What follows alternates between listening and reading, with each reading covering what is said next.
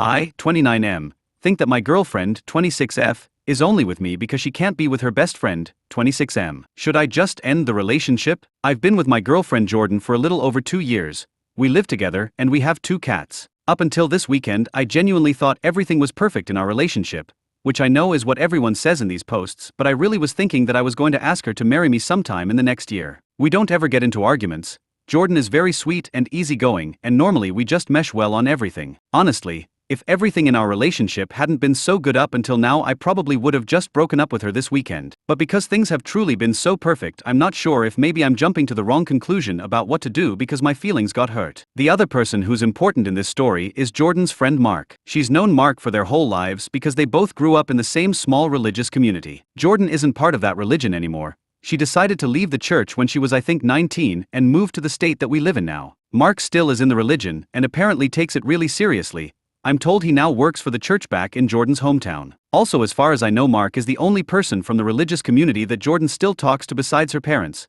which I'm mentioning because I now think it could be a red flag. So on Saturday, I met Mark for the first time because he was in our city and Jordan wanted us all to have dinner together. At this point I want to say, I will admit that when we were first dating and I found out that Jordan had a best friend who was a guy, I didn't really like it, especially because it seemed like they were on FaceTime with each other a lot. But since it was a childhood friend and they mostly didn't see each other in person, I just trusted Jordan that Mark was only a friend and didn't let it bother me, and eventually I got over it. So when we were going to dinner, I wasn't jealous or suspicious of Mark at all. If anything, I was somewhat excited to finally be meeting him since I've been hearing about him for 2 years. But then the way Jordan and Mark acted at dinner is what convinced me that there's something going on there other than just being best friends. I honestly don't even know how to describe it except to say that I've never seen 2 people act more obviously like they were in love with each other. They literally would not stop touching each other. They were constantly touching each other's arms and shoulders, and at some points they were actually even holding hands. They completely left me out of the conversation and were laughing about inside jokes, and every time they'd laugh they'd do this thing where they put their foreheads together, or that was when they'd be holding hands. And then also they were just looking at each other in a way that I didn't feel comfortable with at all.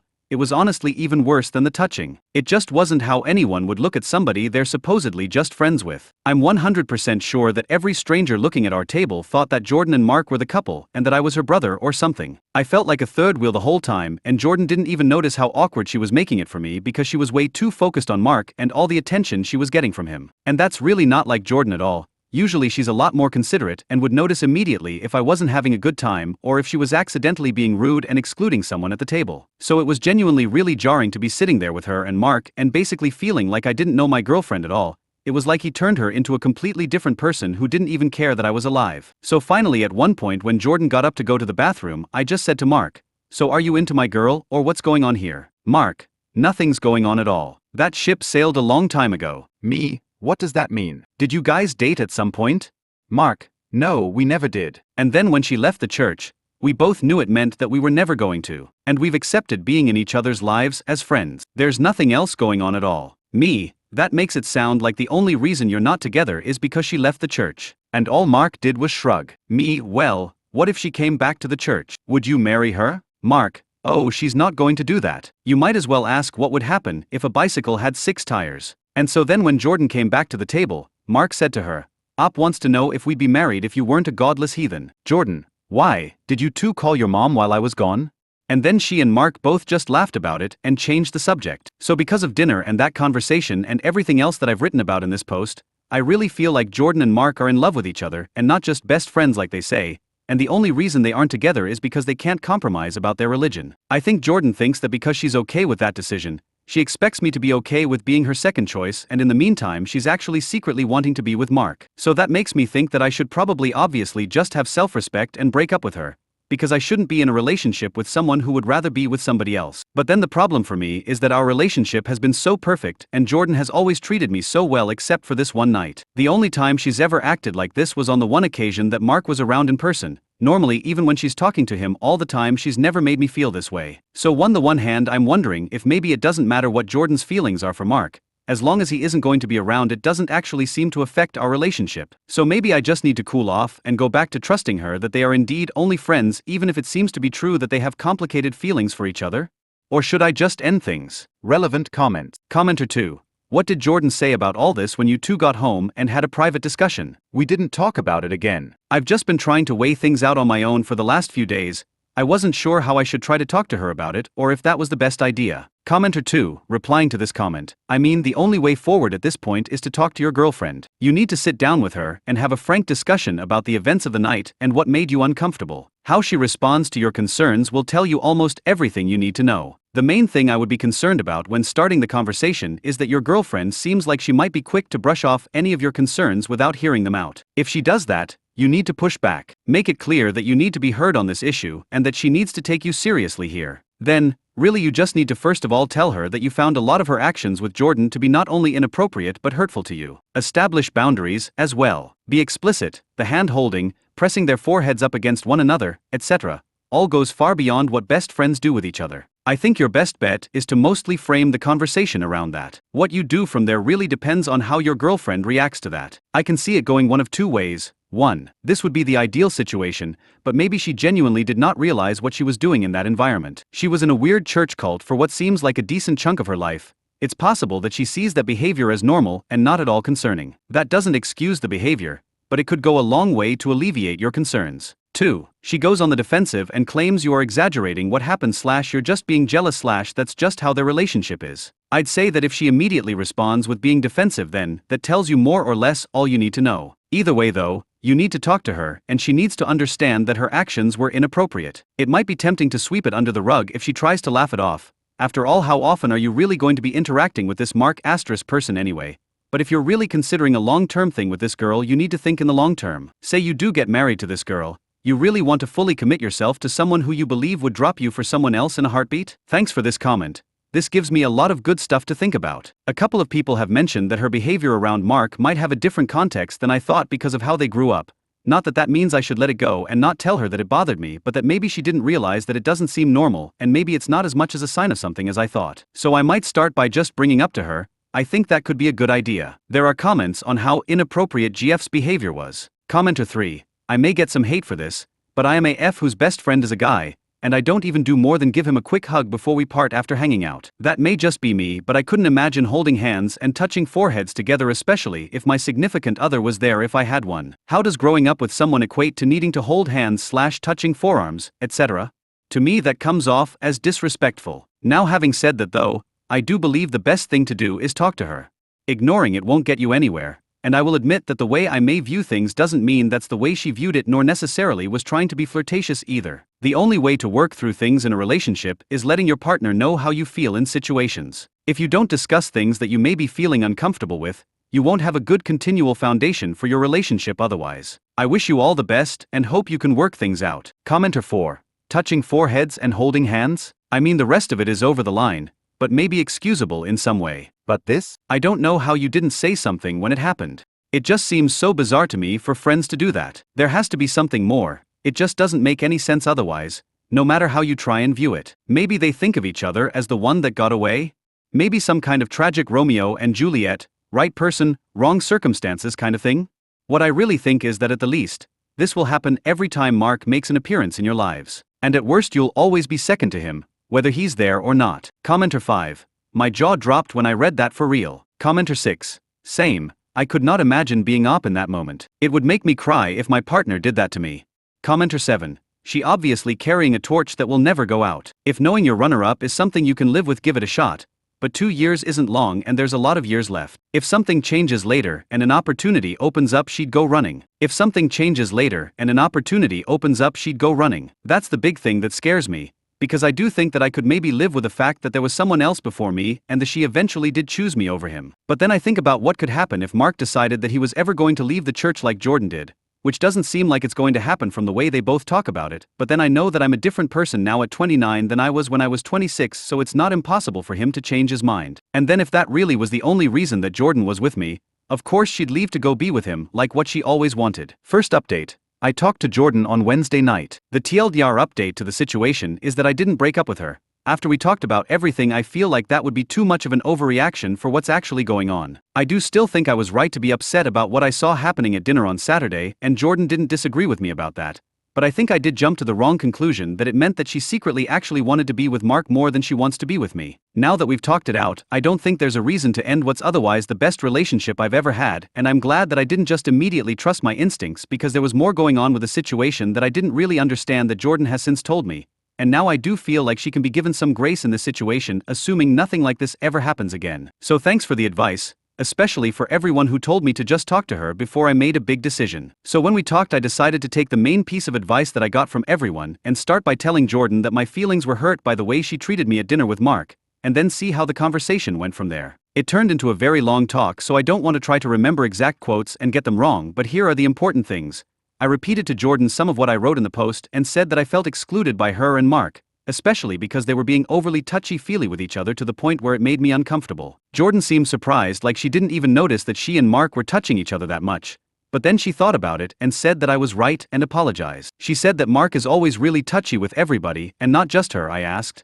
And so she didn't even think about it, but that she wished I would have said something at the time because she didn't realize they were being that obnoxious. I said that was part of what bothered me, because I thought that normally she would have noticed something like that, but she was acting so different around Mark and not paying any attention to anything else, including how I was feeling, that it was honestly just made me question which one of us she cared about more, or if she cared about him as more than just a friend. Jordan apologized more and said that she could understand why it would look that way to me, but that she loves me and cares more about me than anyone else in the world, and that she didn't mean to act like that or make me feel that way. She said that she was trying to not make Mark feel like a third wheel because of being a single guy out with a couple, but obviously it backfired and just made me feel like the third wheel instead, which wasn't what she wanted to do either. After that, Jordan explained a lot to me about her history with Mark, and basically as she explained it, she said that she fully admits she cares about him as more than just a normal friend, but she says that it's not in a romantic way. She said that's why she always specifically refers to him as her best friend, and not just as her friend, and said that she would use the phrase "he's like my brother" if it weren't for the fact that she once had an actual brother, RIP,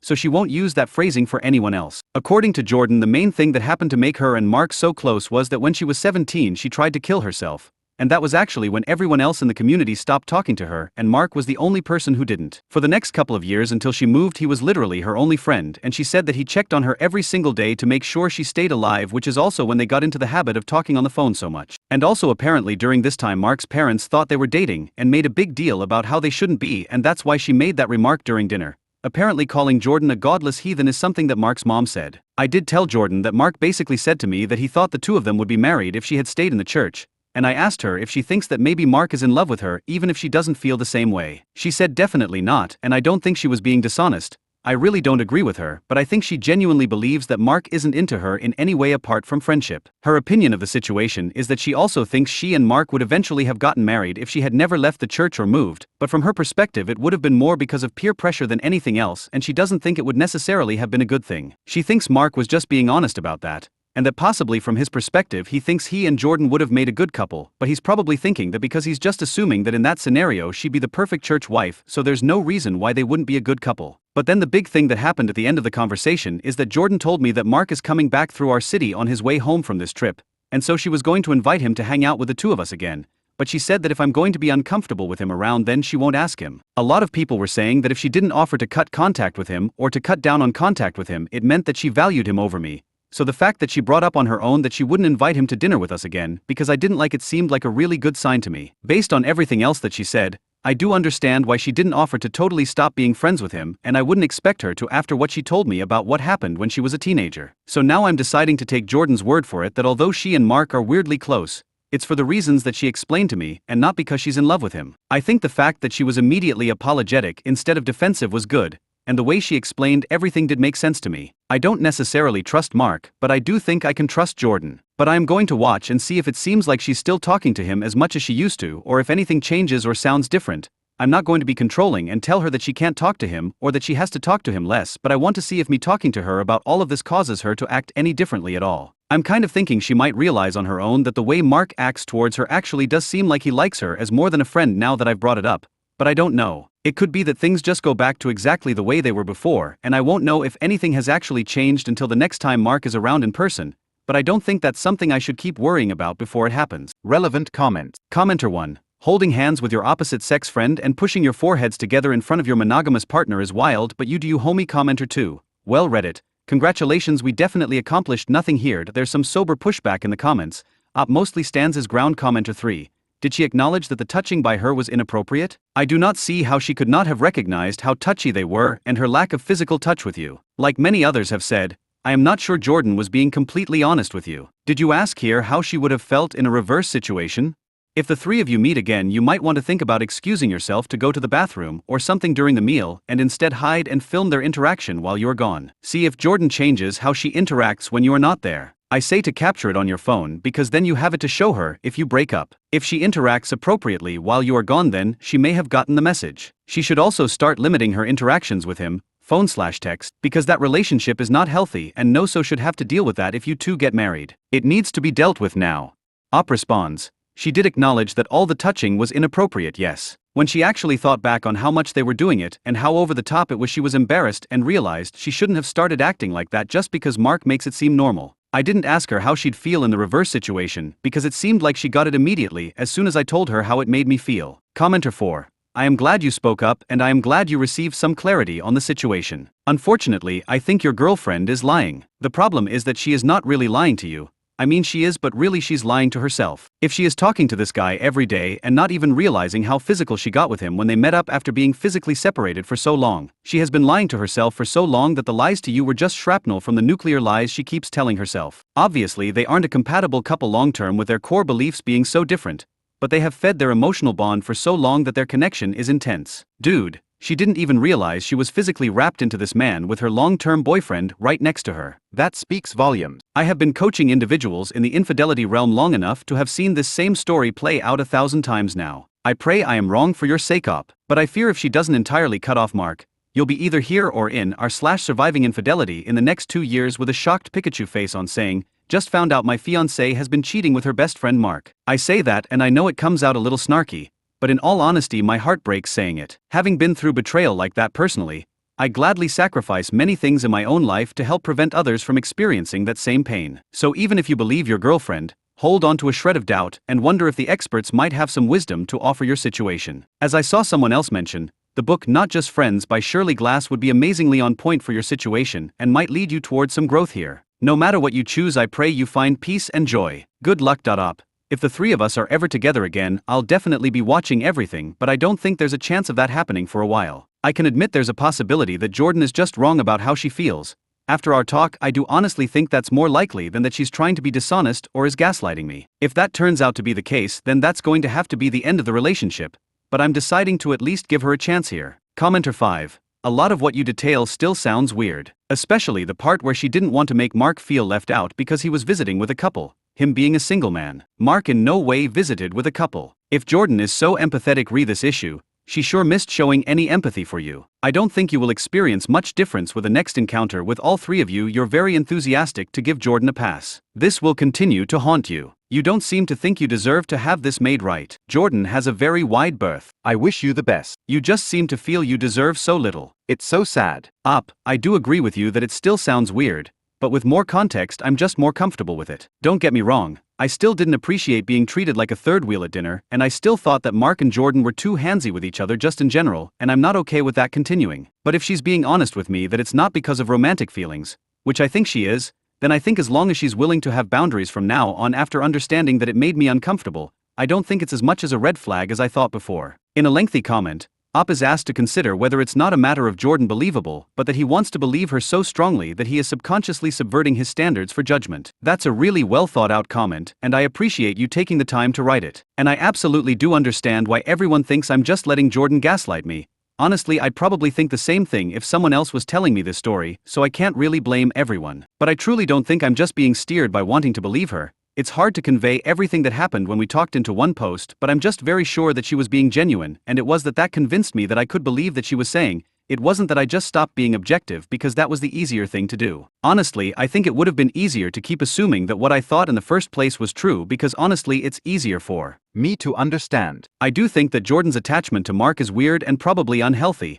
And even if she doesn't think so, I think there's more than just friendship going on from his side of things. But I think Jordan is being honest that she's not in love with him and that she wants to be with me and not him, and that was the thing that was making me question the relationship. The other stuff that I do still take issue with I think can be worked out as long as Jordan takes seriously that she can't be acting in a way with Mark that disrespects me and our relationship, even if in her head it's not in a romantic way and from the way our talk when I think I can trust her to do so. Second update. I apologize if this isn't right. I've never tried to post to my profile on here before, but a lot of people wanted an update, and I don't think I'm allowed to post to the original subreddit. The situation seems pretty resolved now, after Mike and Jordan had an argument over everything and are no longer friends. What happened was that after Jordan told Mark we weren't available to hang out when he came back through our city, he blamed me, saying that he could tell Jordan was only saying no to hanging out because I had a problem with him. Jordan admitted that this was part of the reason and told Mark that she wanted a bit of space from him because she was trying to be respectful of our relationship. Mark got really offended and kept asking Jordan to explain why him being around was disrespectful to our relationship and kept pretending not to understand her answers. And then eventually during the conversation he started trying to guilt Jordan into making time for him and told her that she's become a worse person over the years because the Jordan he knew would never blow him off. That upset Jordan a lot because she took it as Mark saying that she was a bad person since she left the church, and she started crying and she ended up hanging up on him. Jordan and I talked a lot afterwards. I told her that I thought Mark was toxic because anyone else would have been understanding of what she said. Jordan said that a lot of what he said during the conversation reminded her of being in the church. She said that she couldn't explain it except that it was his attitude when he tried to argue with her, but that it made her not really want to talk to him even outside of anything to do with our relationship. Mark texted Jordan the day after asking if she really wasn't going to come see him and if she was going to pick some boyfriend over her only friend after he's been there for her through everything. Jordan texted Mark back explaining her point again and saying that their friendship couldn't be the same anymore as it used to be now that she was with someone and that he should understand that. Mark texted Jordan that he couldn't believe she'd treat her best friend like that. Jordan tried to text Mark saying that a friend wouldn't be guilt-tripping her, but it turned out that he had blocked her number. After that, Jordan was feeling like she'd done something wrong and was too mean to Mark, but she and I talked about it again and she realized that she was right to not want to be friends with Mark if he's going to treat her like she owes him loyalty. Jordan then blocked him back, including on all her socials, so that if later he changes his mind and tries to apologize she can ignore him. A couple of weeks went by, and while I'll admit I was pretty happy about not hearing from Mark, Jordan was really bummed about how everything ended. She said that although she saw now that Mark isn't a good person to have in her life because of his reaction to her trying to set a boundary, she still felt sad and abandoned, and it was bringing back a lot of the same feelings as when she was a teenager and her other church friends all turned their backs on her. So at this point I asked her if she's ever thought about going to therapy for religious trauma, and she said she'd gone for a few months when she first left the church, but the therapist wasn't really helpful. I suggested that maybe it would be a good idea to try again with a better therapist because it sounds like all this stuff still bothers her a lot, and Jordan agreed with me and decided to make an appointment. She's had a couple of therapy sessions that she says so far are good, but I don't really ask her for any details on what they talk about, so I can't really update on that part of the situation.